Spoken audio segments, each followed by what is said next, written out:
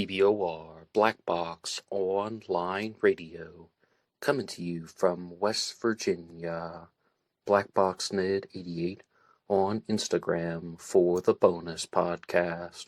And welcome to BBOR, the home of true crime talk radio and your premier destination for unsolved mysteries, criminal psychology, and exploring the dark side of cyberspace. My name is Ned DeHaan, and I am your host, as well as the creator of AstroPsych 400 here on YouTube, and regular contributor to the Zodiac Killer channel. And a great way to support these shows is just by listening to some more content. But you can also go over to Amazon.com and have a look at the book Killer on a White Horse, written by me, Ned DeHaan. It is a novel, murder mystery, inspired by the Zodiac Manson connection, but it is indeed fictional. However, who doesn't love a good mystery? And there is always the TeeSpring page. Feel free to check out some of the merchandise. And remember, being weird is not a crime. Let the show begin. Okay, hello everybody. Today is Wednesday, another Ripper Wednesday. Welcome to the show. How's everybody doing? First, I would like to give a big thank you to everyone who listened to the most recent Zodiac Monday episode. There are lots of new leads and new discussions about the Zodiac Killer mystery, even after 50 years. And this week on the Anything Goes Friday segment, I will be discussing the 2016 murder of Missy Beavers and providing an update on that case. So if you would like to follow along with all of these true crime discussions, I invite you to hit the like button and subscribe, and you can also visit some of the links in the description box, including one for BuyMeACoffee.com. BuyMeACoffee.com allows you to make a donation or contribution to help support the show, and anybody who makes a donation will get a shout-out on Zodiac Monday. Today's episode is one that I had to explore in somewhat of a roundabout way. As you can see from the title, I will be discussing the Jack the Ripper suspect, Sir William Gull, who, if you were to Google him, you would probably find that he was a royal surgeon, and that was the first description that most people would think of with Sir William Gull.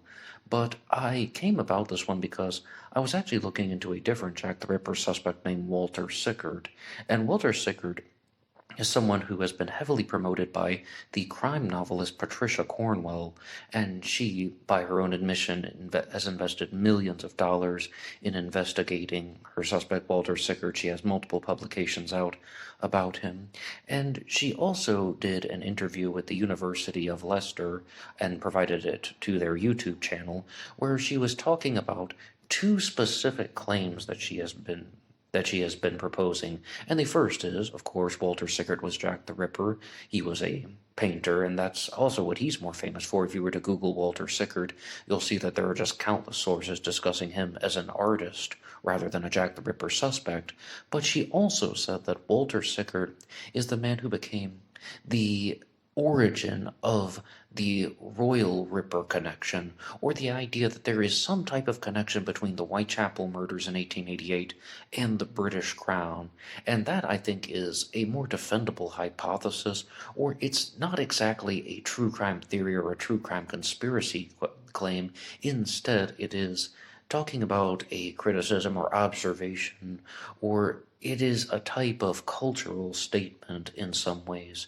So that's how I began getting connected to this one, and this episode is mostly going to be a direct response to the documentary Freemasonry, Stephen Knight's Jack the Ripper, The Final Solution, which is available on the YouTube channel Andreas Goranson. You can watch that here on YouTube for free, and this was made in 1980, so I really want to go through all of these observations step by step, because I think that there are some questions that can be answered in 2023 at the time of this recording, and there are other questions that I think are still part of the mystery. Jack the Ripper was a serial killer who operated in 1888, and he committed a crime spree that has become perhaps the world's most famous murder mystery. And in the documentary, as you can tell from the title, Freemasonry, Stephen Knight's Jack the Ripper, then it's very clearly talking about Stephen Knight and his theory as to what has happened involving Sir William Gull, but he also does not entertain any of the unconfirmed Ripper crimes, talking about the murders of Emma Smith and Martha Tabram and Rose Milett and Francis Coles. He states very clearly that he believes that Jack the Ripper was responsible for only 5 murders, the murders of Polly Nichols, Annie Chapman, Liz Stride, Catherine Eddowes, and Mary Kelly, and that there were actually 3 participants in Stephen Knight's theory. The first one was Sir William Gull, and the second was someone named John Netley, and he was more or less a carriage driver. And this is the idea that the women in the Ripper case were murdered inside of a carriage, and their bodies were cut up by the royal surgeon, Sir William Gull, and then they were deposited out on the street, and John Netley would have been also the person who is moving the bodies around and carrying them. And I think that that adds something to the theory, because when I first looked into Sir William Gull, I had been planning on doing an episode about him for Ripper Wednesday, and I just looked at the profile and I was like, this guy was 70 years old at the time, and that was an immediate red flag for me, that there would be a 70-year-old Jack the Ripper being intensely physical with women, being intensely meticulous with surgical procedures, this whole idea that it's a royal surgeon, but he's also someone who has to manhandle these women. Okay, well, there was a participant named John Netley who would have been responsible for that, and as I said, also for staging the bodies in a particular way.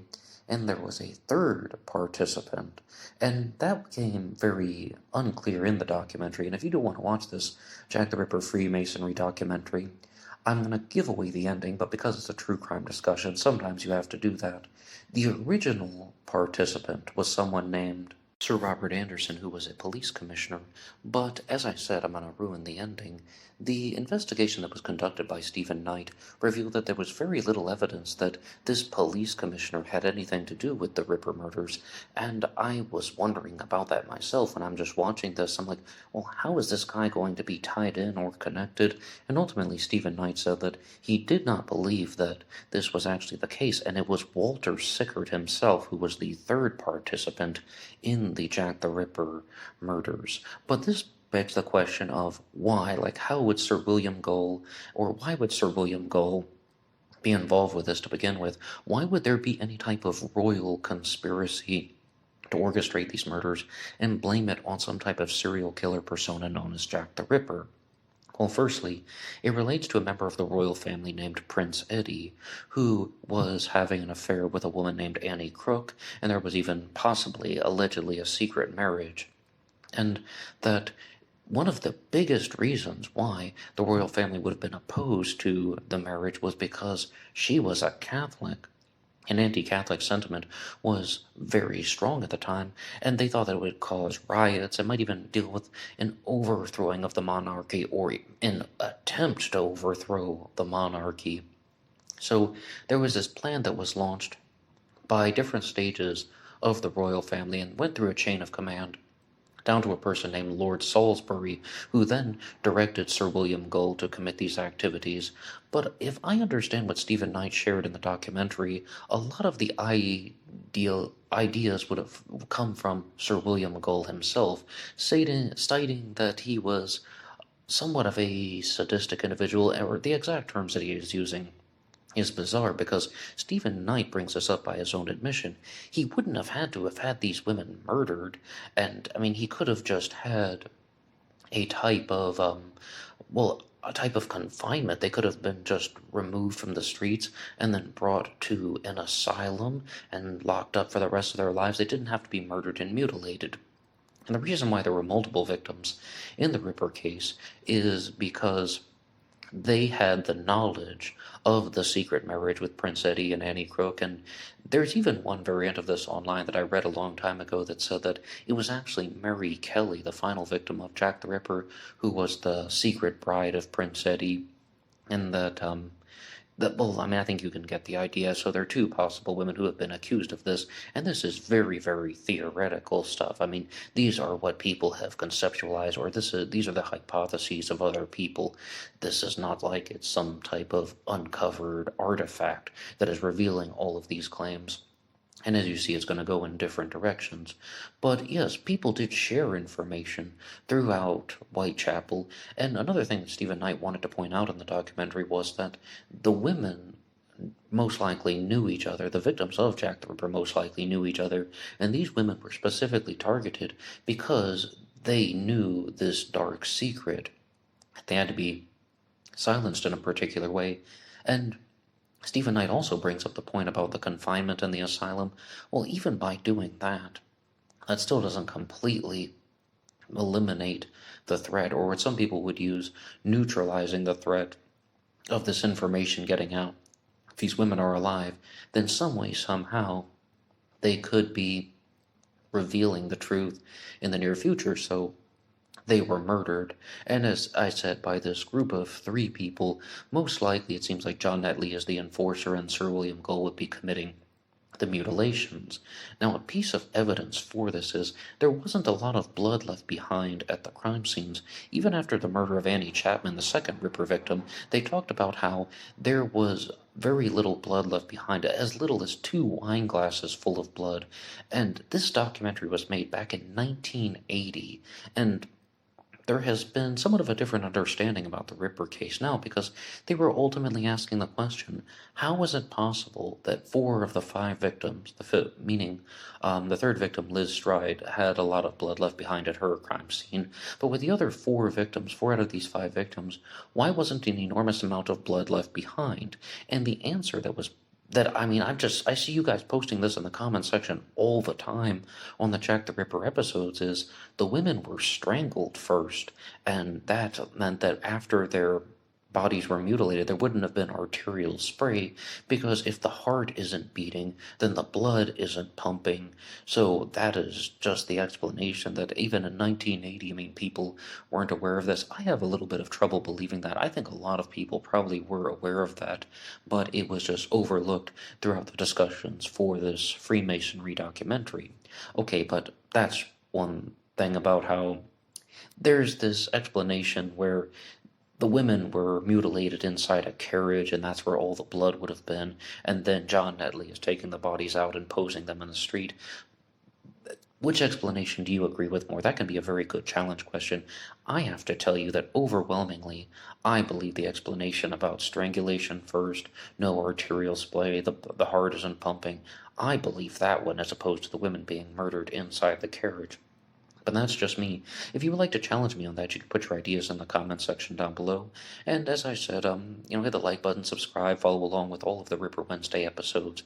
But this moves on to the next particular point, and that is the whole concept of Freemasonry, because as I was watching this documentary, I'm wondering myself, you have a royal surgeon, you have someone who is connected to the high-ranking parts of society. You have his carriage driver, and you have a painter named Walter Sickert. And I was like, well, what exactly is going to be the Masonic connection?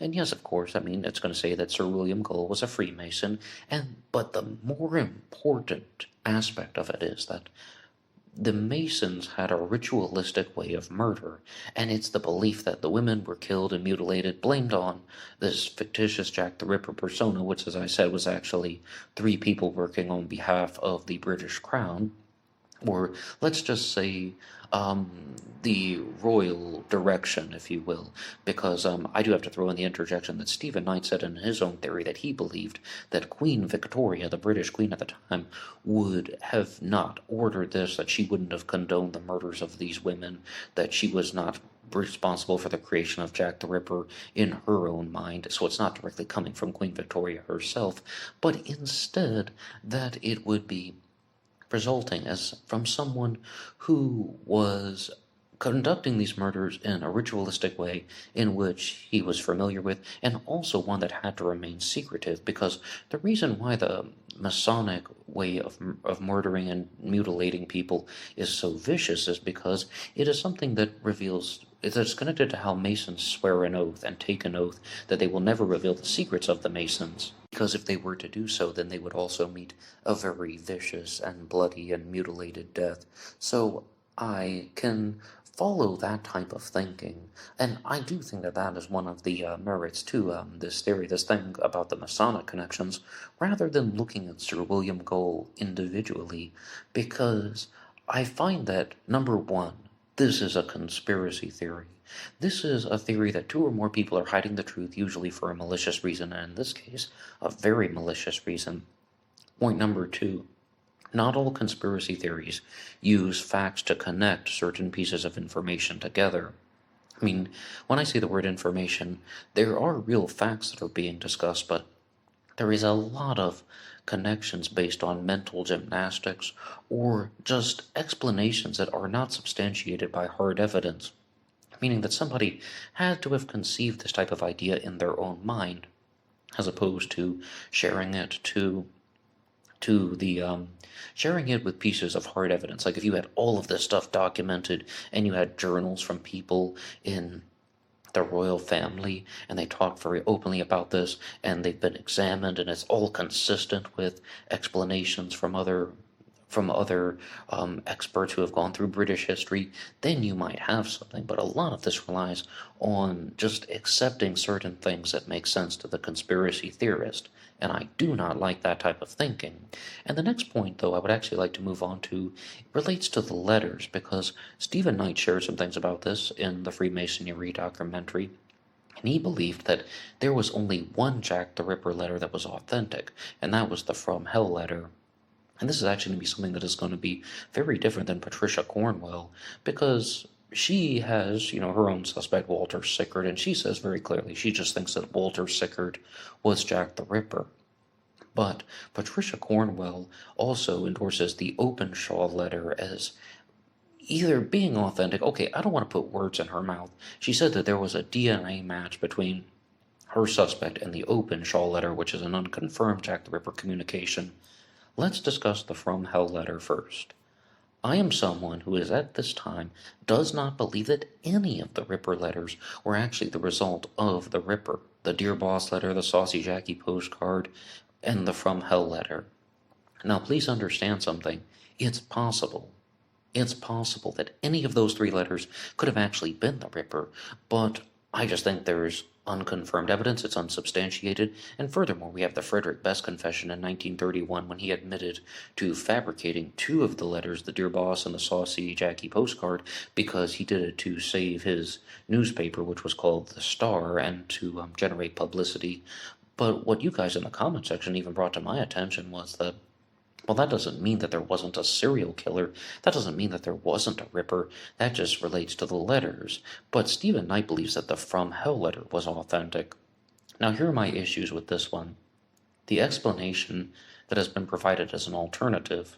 The From Hell letter was a prank that was created by a medical student who actually had access to a kidney that could be used for dissection and so on.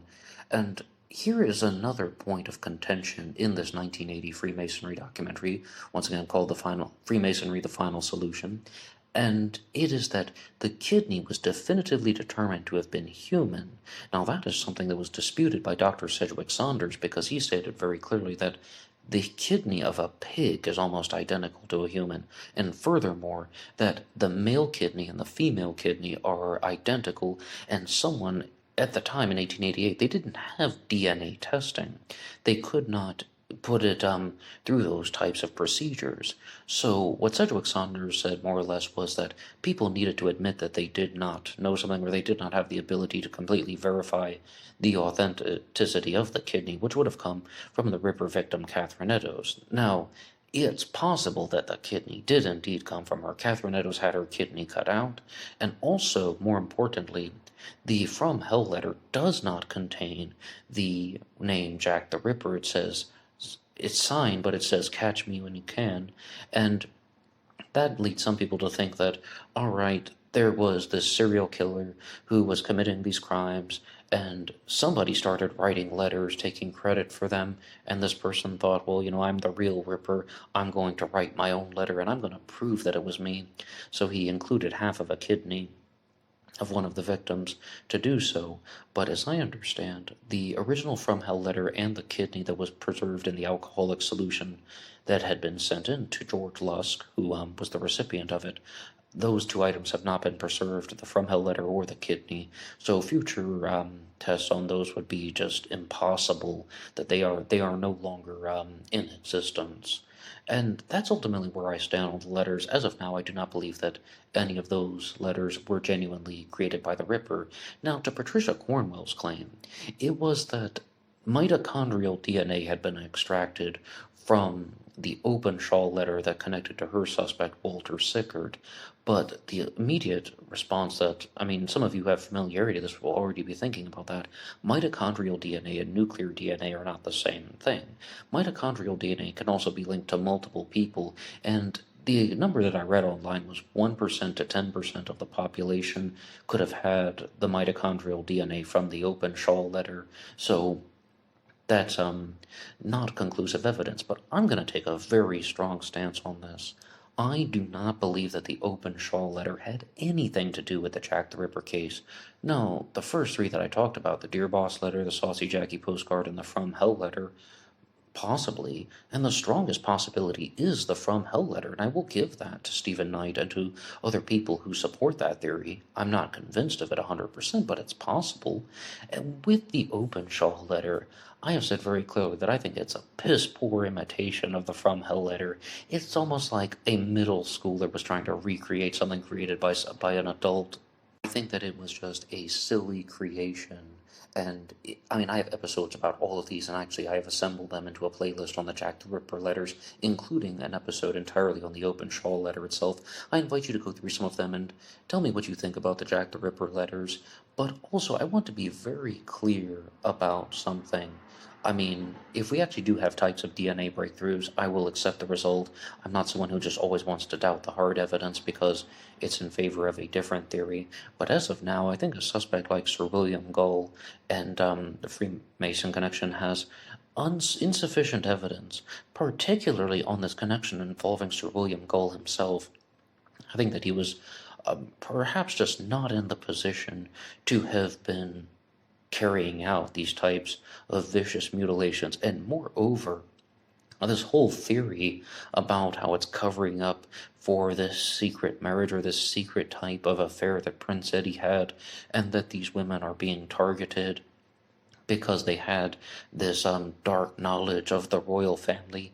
I just view that as something that has not been substantiated. But the strongest point is the part where they talk about the ritualistic Masonic killings. But what do you think about Sir William Gull as a Jack the Ripper suspect? What do you think about how there's this team of people, at least 3 participants, and that the royal family is trying to make you think that there was only a single Jack the Ripper killer? And what do you think about any of the letters? You could put your ideas in the comments section down below. Anybody can write the show at BlackBoxOnlineRadio@AOL.com. And you can also get me on Facebook. My personal Facebook is in the description box. And there's always BlackBoxNed88 over on Instagram. And I will see you there for the bonus podcast. Until next time.